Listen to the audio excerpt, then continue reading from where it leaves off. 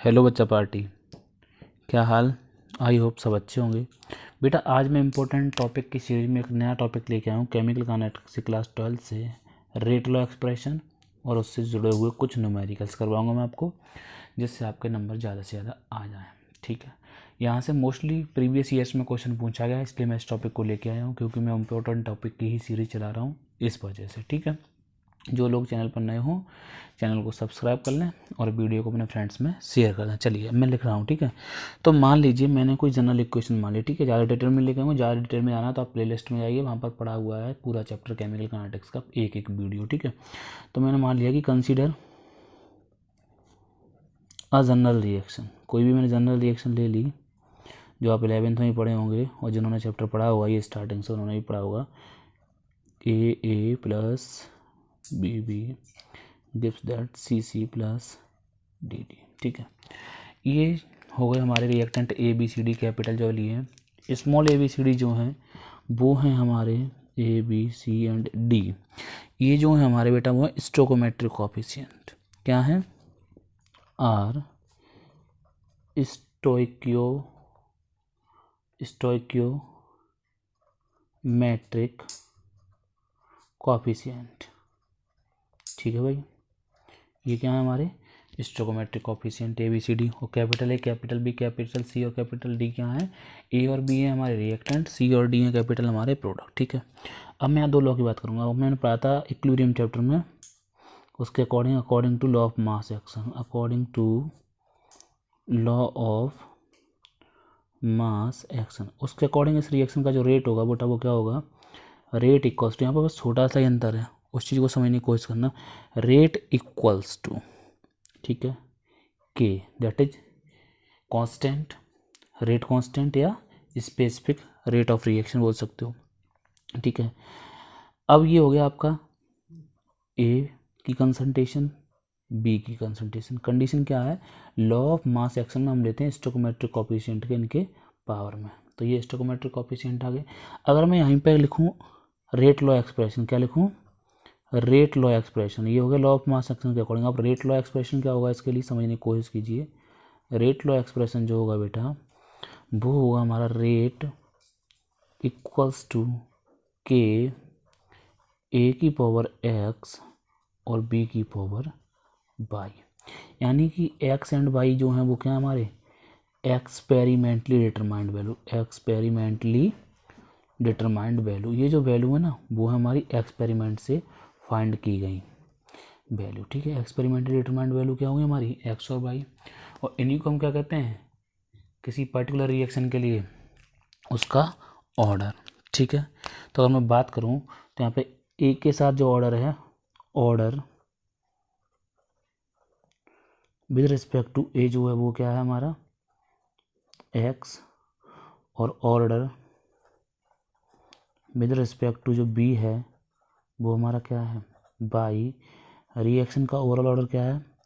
Reaction का overall order जो है वो इन दोनों को जोड़ दो, ओवरऑल ऑर्डर ऑफ रिएक्शन क्या होगा भाई? वो होगा हमारा एक्स प्लस वाई। ठीक है, चलिए यहाँ तक समझ में आ गया। ठीक, अब मैं बात करूँगा यहाँ से सीधे सीधे न्यूमेरिकल्स की, क्योंकि यहाँ से जो इम्पोर्टेंट चीज़ आती है वो यही आता है स्टेट रेट लॉ। तो स्टेटमेंट अगर आपको देखना है तो आप रिएक्शन उस पर जाइएगा, लिंक पर मैं डिस्क्रिप्शन बॉक्स में दे दूँगा, या फिर आप सर्च करेंगे पायोनियर केमिस्ट्री सूर्या सर और प्ले लिस्ट में जाएंगे, वहाँ पर केमिकल काइनेटिक्स के पूरे नोट्स पड़े हुए हैं, वो आप लोग देख लेंगे वहाँ से। ठीक है, तो मैं आपके सामने कुछ क्वेश्चन ले रहा हूँ। तो पहला क्वेश्चन जो है वो ये है कि a reaction is second order with respect to reactant. ठीक है, विद रिस्पेक्ट टू रिएक्टेंट कैसी है? Second order. उसके बाद how is the rate of reaction affected if concentration of reactant is number 1 doubled, और नंबर सेकंड क्या है, reduce to half, reduce to half. ठीक है, सबसे पहले मैं क्या लिखूँगा, सबसे पहले मैं लिखूँगा इस रिएक्शन का रेट लॉ एक्सप्रेशन। क्या लिखूँगा, रेट लॉ एक्सप्रेशन। तो समझिए ज़रा बेटा आप लोग, अब इस रिएक्शन का जो रेट लॉ एक्सप्रेशन है वो क्या होगा, रेट इक्वल्स टू के, क्योंकि रिएक्टेंट एक ही दिया है तो कोई भी रिएक्टेंट मान लो मैंने ए ही मान लिया रिएक्टेंट, ए की power 2, this is second order.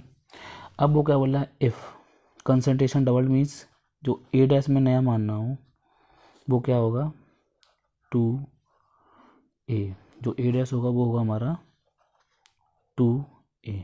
ठीक है ना भाई। अब अगर मैं बात करूँ इसका जो नया रेट होगा वो कितना अफेक्टेड हुआ होगा, तो उसे मैंने मान लिया रेट सेकंड और इसे मान ले रहे रेट फर्स्ट। ठीक है, तो रेट सेकंड जो हो गया वो हो गया हमारा के, किसी भी पर्टिकुलर रिएक्शन के लिए के की वैल्यू कांस्टेंट रहती है। यहाँ पे हो गया हमारा 2a का स्क्वायर, क्या हो गया 2a का स्क्वायर, यानी कि R2 की बात करूँ, R2 की बात करूँ मैं शॉर्ट में लिखता हूँ, रेट 2 इक्वल टू कितना होगा के ए डैश का 2, मतलब इसका ऑर्डर कितना है सेकंड, तो मैंने ये वैल्यू पुट कर दिया। यहाँ से 2 का स्क्वायर कितना होता है 4, तो 4k concentration of a rate 2। ठीक है ना भाई, ये अपनी भाषा में सॉल्व कर सकते हो आप।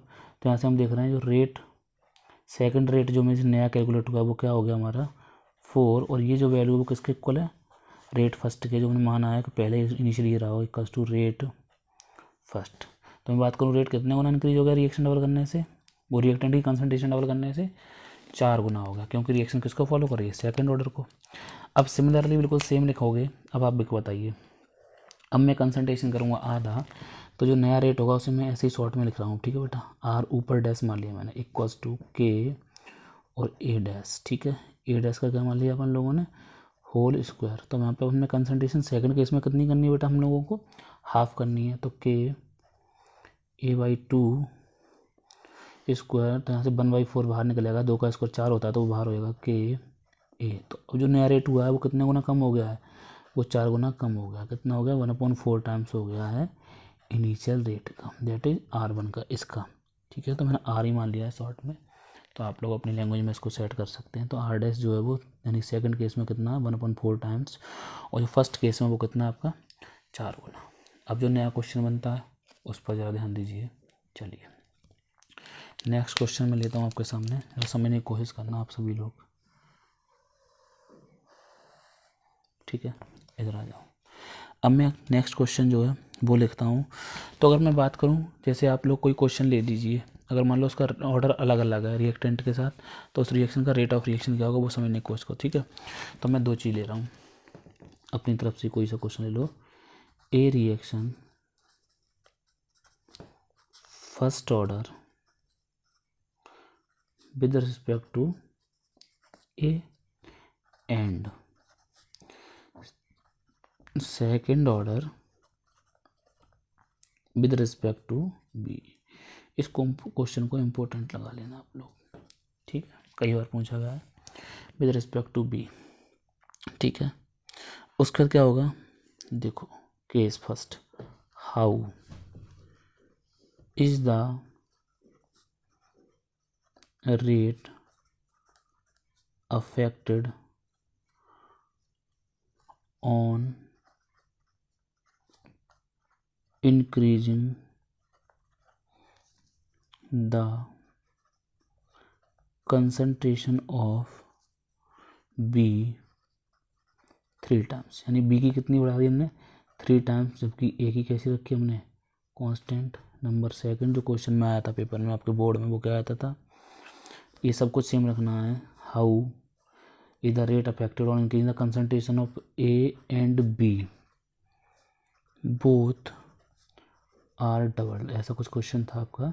जब हमने क्या किया, दोनों की डबल कर दी तब क्या रेट चेंज हुआ, या बी की 3 टाइम्स किया तब रेट क्या हुआ। तो मैं अगर इसका रेट लॉ एक्सप्रेशन लिखूँ तो बेटा मैं क्या लिखूँगा, रेट इक्वल्स टू के ए की पावर 1 और बी की पावर 2, क्योंकि बी की रेस्पेक्ट सेकंड ऑर्डर है और ए की रेस्पेक्ट फर्स्ट ऑर्डर है। ए की कंसंट्रेशन में कोई चेंज नहीं कर रहे, लेकिन बी की कंसंट्रेशन को 3 टाइम्स कर रहे हैं, तो इसका जो नया रेट होगा, रेट डैश इसको मान लिया। फर्स्ट क्वेश्चन सॉल्व कर रहा हूँ पहले मैं। हो गया के ए की पावर सेम रखनी है हमें।